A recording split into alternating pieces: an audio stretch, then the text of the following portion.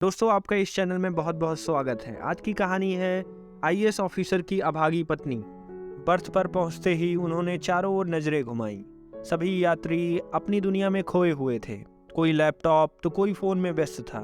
एक दो यात्री मोटे मोटे इंग्लिश नॉवेल पर अपनी नजरें गड़ाए हुए थे। उनके साथ उनकी बेटी गिन्नी और उसके बच्चे स्पर्श और आरुष थे, जिनकी उम्र 6 और 4 वर्ष थी। बच्चे तो आखिर बच्चे ही थे। बस शुरू हो गई धमा चौकड़ी। कभी भूख लगी है तो कभी पानी की प्यास, तो कभी इधर भाग उधर भाग। सन्नाटे को चीरते हुए कोलाहल से वह लज्जित हो उठी थी। उन्होंने दोनों बच्चों को डांटने के अंदाज में इशारे से चुप बैठने को कहा। आंखों ही आंखों के इशारों से उन्होंने बेटी से भी बच्चों को शांत रखने के लिए कहा था। वैसे इन बच्चों की बाल सुलभ क्रीड़ाएं सभी यात्रियों को मुस्कुराने पर मजबूर कर रही थीं। फिर भी बच्चों का शोरगुल उन्हें अटपटा लग रहा था।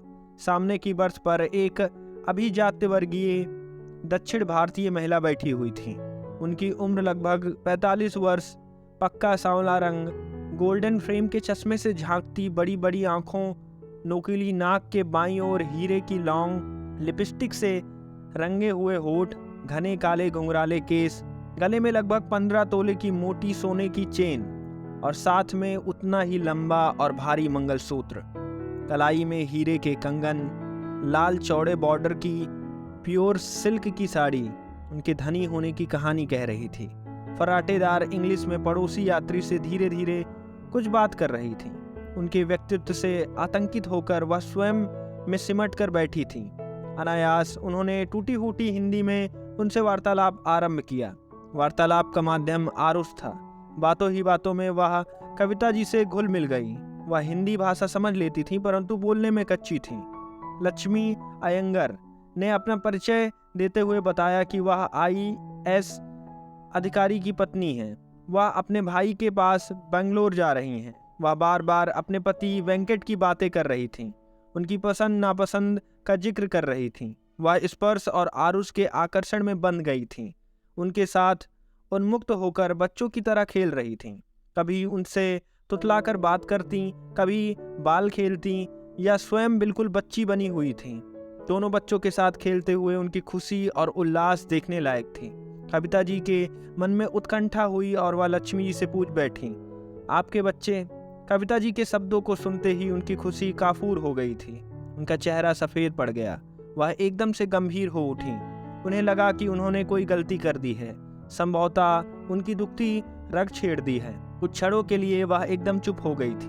थोड़े अंतराल के बाद सामान्य होने की कोशिश करते हुए वह बोली, वह उच्च शिक्षा प्राप्त गोल्ड मेडलिस्ट धनी महिला हैं। उनके पास कोठी, बंगला, कार, इज्जत, शोहरत, नौकर चाकर सब कुछ है। नहीं है तो एक अदद बच्चा। एक बार कुछ उम्मीद हुई थी, परंतु एक हादसे में सब कुछ समाप्त हो गया। ससुराल पक्ष के दबाव में पति बच्चा गोद लेने को राजी नहीं हुए। कहते हैं पराया खून पराया ही होता है, कभी अपना नहीं हो सकता।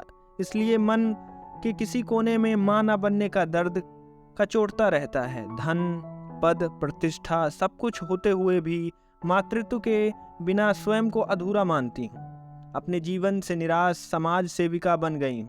गरीब बच्चों की सेवा के माध्यम से अपनी कुंठा को भूलने का प्रयास करती रहती हूँ।